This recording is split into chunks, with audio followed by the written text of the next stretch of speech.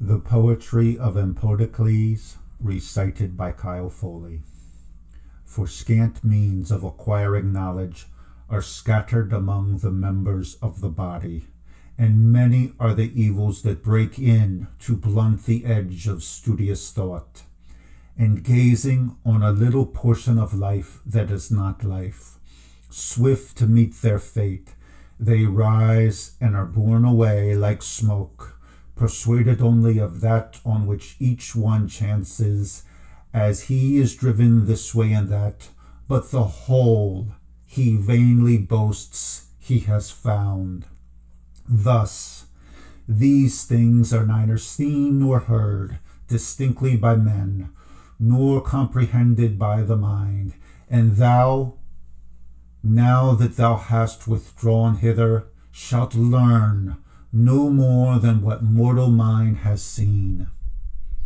11. But ye gods, avert the madness of those men from my tongue, and from lips that are holy cause a pure stream to flow. And thee I pray, much wooed, white-armed maiden muse, in what things it is right for beings of a day to hear, and piety, do thou, driving obedient car, conduct me on, nor yet shall the flowers of honor, well esteemed, compel me to pluck them from mortal hands, on condition that I speak boldly, more than is holy, and only then sit on the heights of wisdom. 19.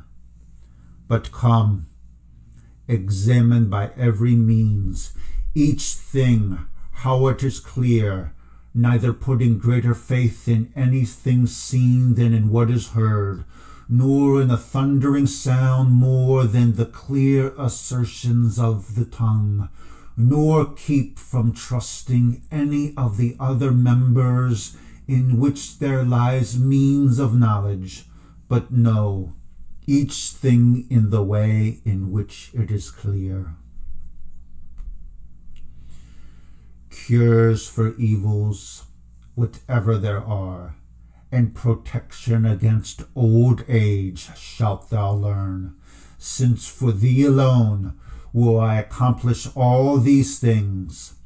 Thou shalt break the power of untiring gales, which, rising against the earth, blow down the crops and destroy them. And again, whenever thou wilt, thou shalt bring their blast back, and thou shalt bring seasonable drought out of dark storm for men, and out of summer drought thou shalt bring streams pouring down from heaven to nurture the trees, and thou shalt lead out of Hades the spirit of a man that is dead. 36.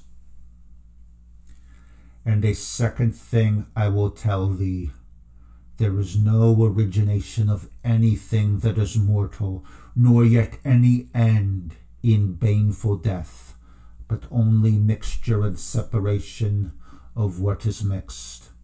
But men call this origination. 40.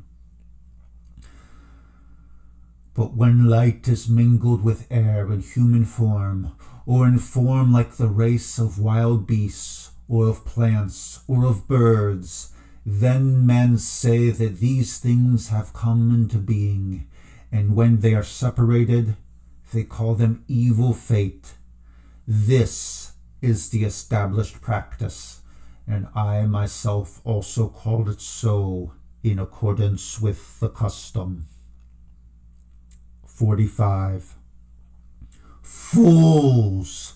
For they have no far-reaching studious thoughts, who think that what was not before comes into being, or that anything dies and perishes utterly. 48.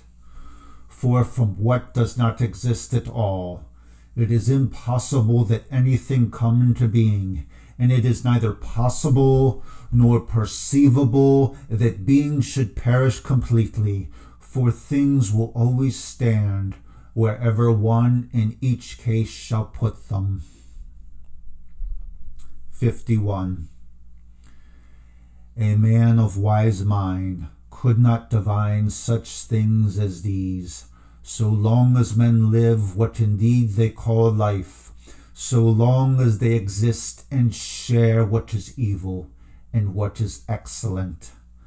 But before they are formed and after they are dissolved, they are really nothing at all. 60. Twofold is the truth I shall speak, for at one time there grew to be one alone out of many, and at another time, however, it separated so that there were many out of the one. Twofold is the coming into being, twofold the passing away of perishable things, for the latter, the combining of all things, both begets and destroys, and the former, which was nurtured again out of parts that were being separated, is itself scattered. 66. And these elements never cease changing place continually, now being all united by love into one, now each borne apart by the hatred engendered of strife, until they are brought together in the unity of the all, and become subject to it. Thus, inasmuch as one has been wont to arise out of many, and again with the separation of the one the many arise, so things are continually coming into being, and there is no fixed age for them, and farther, inasmuch as they, the elements, never cease changing place continually, so they always exist within an immovable circle. 74. But come, hear my words, for truly learning causes the mind to grow. For as I said before, in declaring the ends of my words, twofold is the truth I shall speak. For at one time there grew to be the one alone out of many, and at another time it separated so that there were many out of the one, fire and water and earth and boundless height of air and baneful strife apart from these, balancing each of them, and love among them, their equal in length and breadth. 81. Upon her do thou gaze with thy mind, nor yet sit dazed in thine ears, for she is wont to be implanted in men's members, and through her they have thoughts of love and accomplish deeds of union, and call her by the names of Delight and Aphrodite. No mortal man has discerned her with them as she moves on her way, but do thou listen to the undeceiving course of my words. 87. For these elements are equal, all of them, and of like ancient race, and one holds one office, another another, and each has his own nature, for nothing is added to them, nor yet does anything pass away from them. For if they were continually perishing, they would no longer exist. Neither is any part of this all empty, nor overfull. For how should anything cause this all to increase? And whence should it come?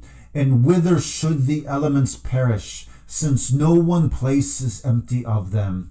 And in their turn they prevail as the cycle comes round, and they disappear before each other, and they increase each in its allotted turn. But these elements are the same, and penetrating through each other, They become one thing in one place and another in another, while ever they remain alike.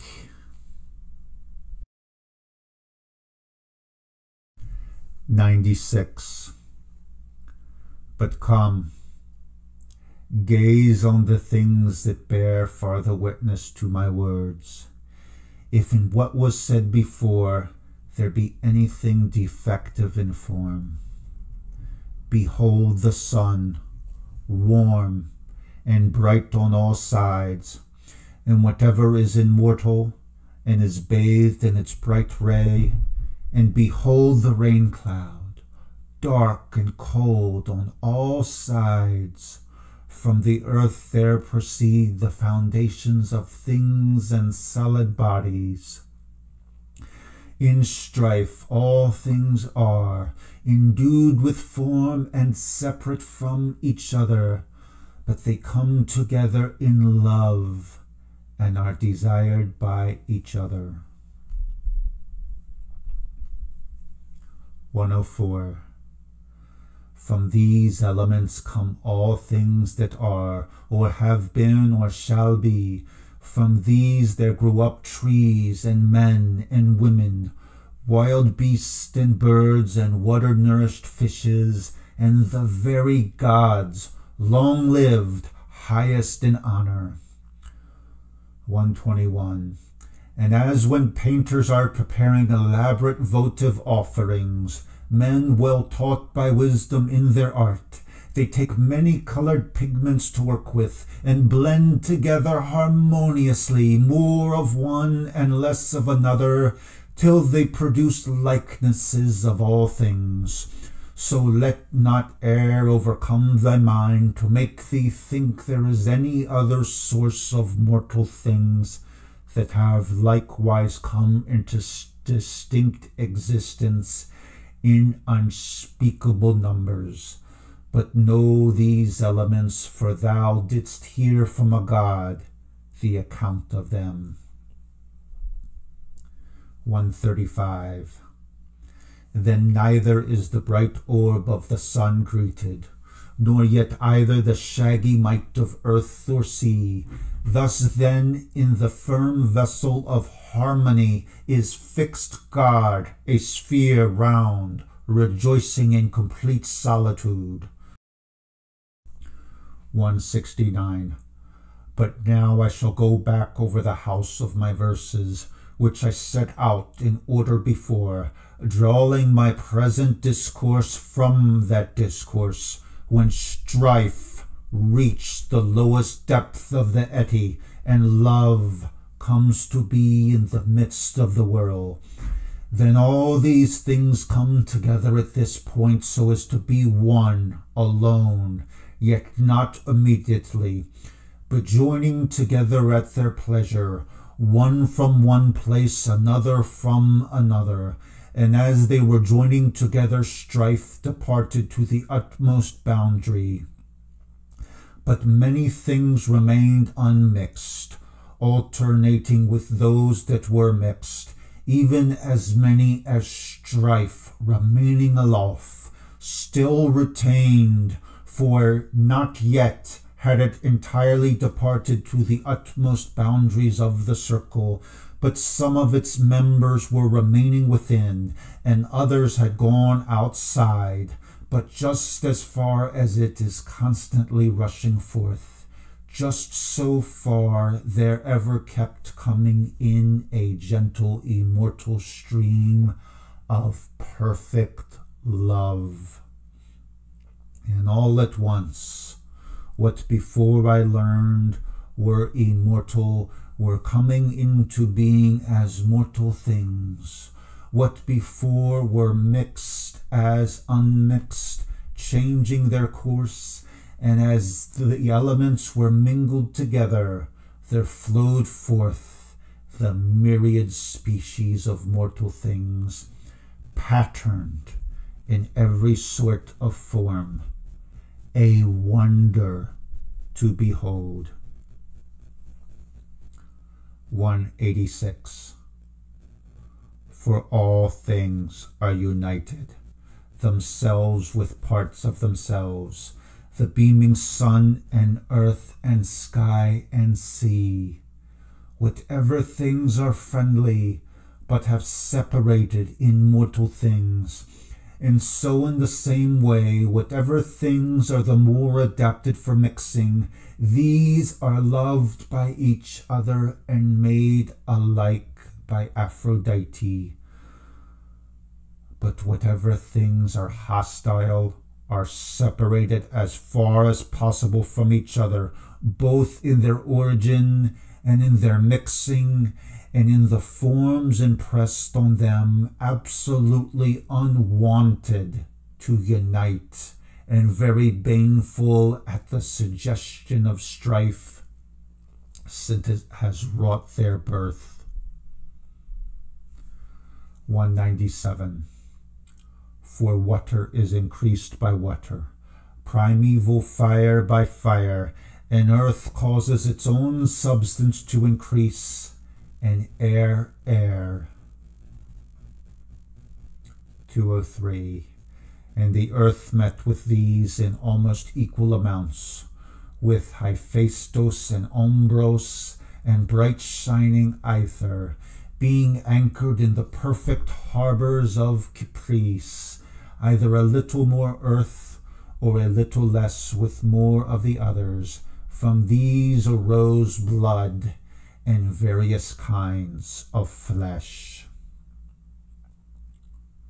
222. For if thou shalt fix them in all thy close-knit mind, and watch over them graciously with pure attention, all these things shall surely be thine forever, and many others shalt thou possess from them.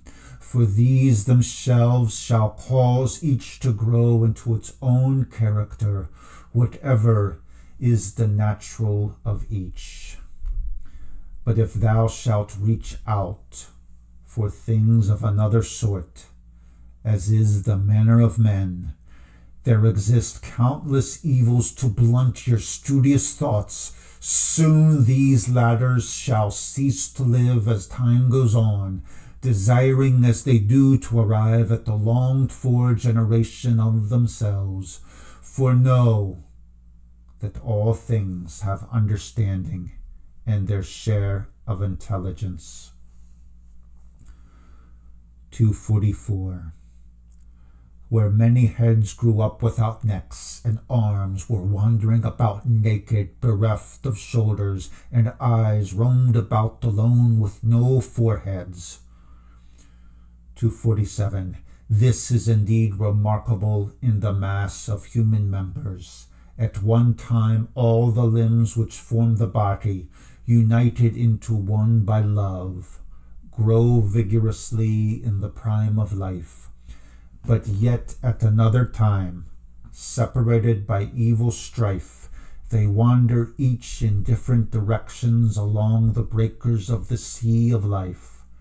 Just so it is with plants and with fishes dwelling in watery halls, and beasts whose lair is in the mountains, and birds born on wings.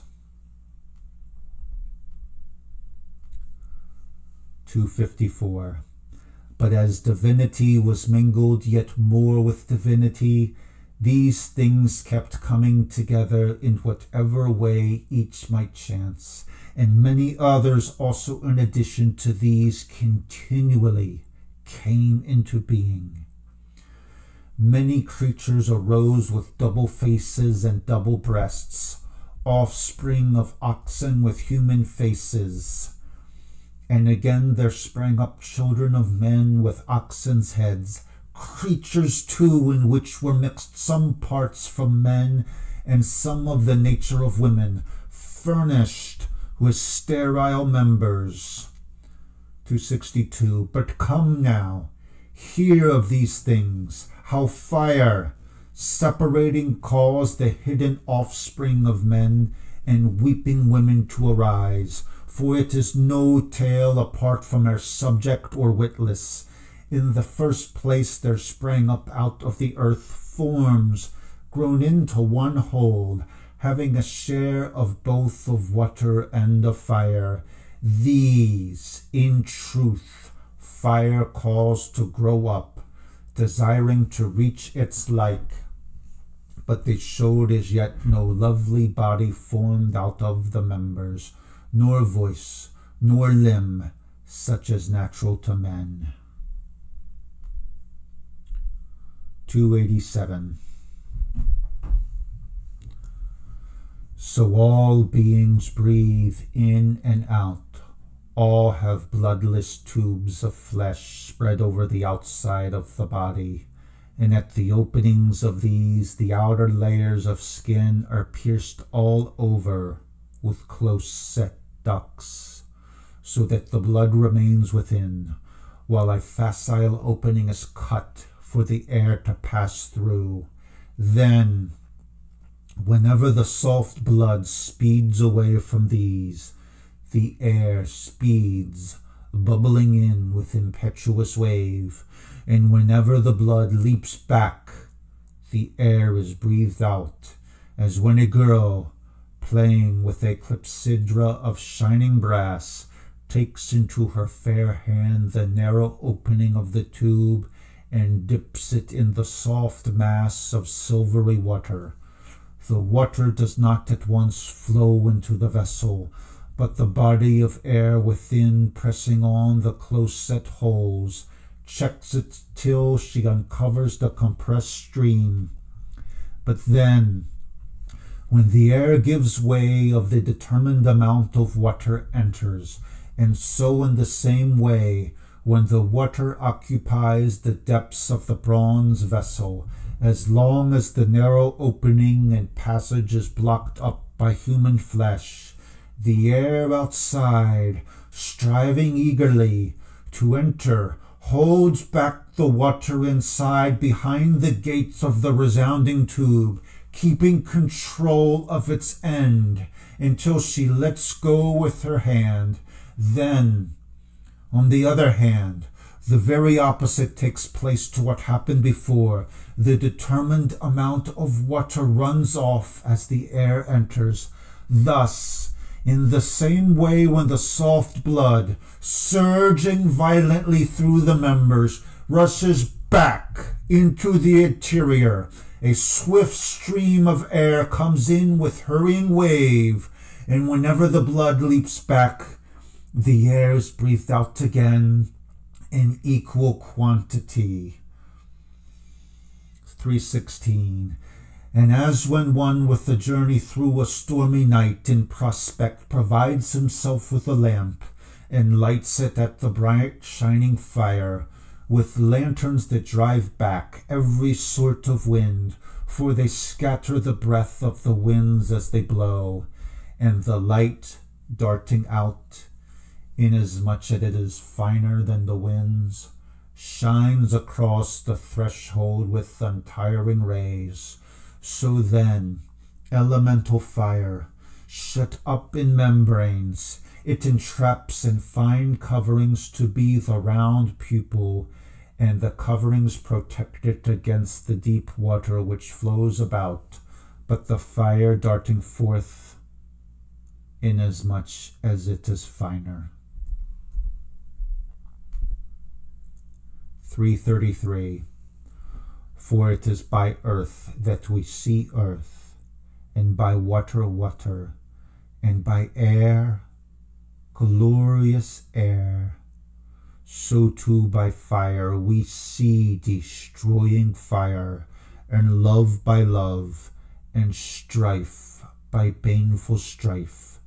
For out of these elements all things are fitted together, and their form is fixed, and by these men think and feel both pleasure and pain.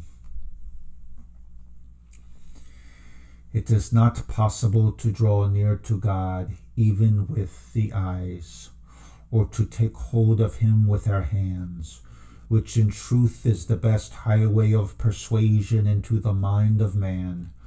For he has no human head fitted to a body, nor do two shoots branch out from the trunk, nor has he feet, nor swift legs, nor hairy parts, but he is sacred and ineffable mind alone, darting through the whole world with swift thoughts.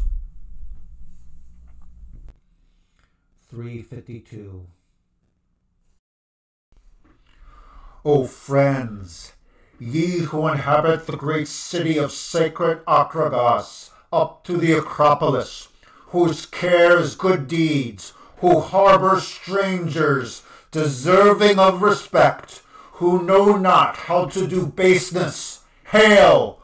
I go about among you an immortal god, no longer a mortal, honored by all, as is fitting, crowned with fillets and luxuriant garlands. With these on my head, so soon as I come to flourishing cities, I am reverenced by men and by women, and they do follow after me in countless numbers, inquiring of me what is the way to gain, some in want of oracles, others of help in diseases, long time in truth pierced with grievous pains. They seek to hear from me, keen-edged, account of all sorts of things. There is an utterance of necessity, an ancient decree of the gods, eternal, sealed fast with broad oaths. Whenever anyone defiles his body sinfully with bloody gore, or perjures himself in regard to wrongdoing, one of those spirits who are heir to long life, thrice 10,000 seasons shall he wander apart from the blessed, being born meantime in all sorts of mortal forms, changing one bitter path of life for another. For mighty air pursues him seaward, and sea spews him forth on the threshold of earth, and earth casts him into the rays of the unwearying sun, and sun into the eddies of air. One receives him from the other, and all hate him. One of these now am I too, a fugitive from the gods, and a wanderer at the mercy of raging strife. For before this I was born once a boy, and a maiden, and a plant, and a bird, and a darting fish in the sea, and I wept and shrieked on beholding the unwanted land where are murder and wrath, and other species of fates and wasting diseases, and putrefaction, and fluxes.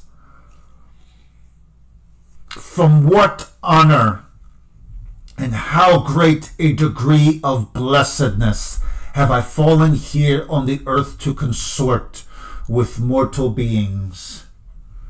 Where were Cathani and far-seeing Heliope, earth and sun, bloody contention and harmony of sedate face, beauty and ugliness, speed and loitering, lovely truth and dark-eyed obscurity, birth, death, sleep, waking, motion and stability, many-crowned greatness and lowness, and silence and voice. Nor had they any god, Ares, nor Kidoimos, nor King Zeus, nor Kronos, nor Poseidon, but Queen Kypri. Her they worshipped with hallowed offerings, with painted figures and perfumes of skillfully made odor, and sacrifices of unmixed myrrh and fragrant frankincense, casting on the ground libations from tawny bees, and her altar was not moistened with pure blood of bulls, but it was the greatest defilement among men to deprive animals of life and to eat their goodly bodies. 4:15. And there was among them a man of unusual knowledge, and master especially of all sorts of wise deeds, who in truth possessed greatest wealth of mind. For whenever he reached out with all his mind, easily he beheld each one of all the things that are, even for 10 and 20 generation of men. 4:30. A father takes up his dear son who has changed his form, and slays him with a prayer. So great is his folly. They are borne along beseeching the sacrificer, but he does not hear their cries of reproach, but slays them and makes ready the evil feast. Then, in the same manner, son takes father and daughters their mother, and devour the dear flesh when they have deprived them of life. 4:47. But at last are they prophets and hymn writers and physicians and chieftains among men dwelling on the earth, and from this they grow to be gods, receiving the greatest honors, sharing the same hearth with the other immortals, their table companions, free from human woes, beyond the power of death and harm.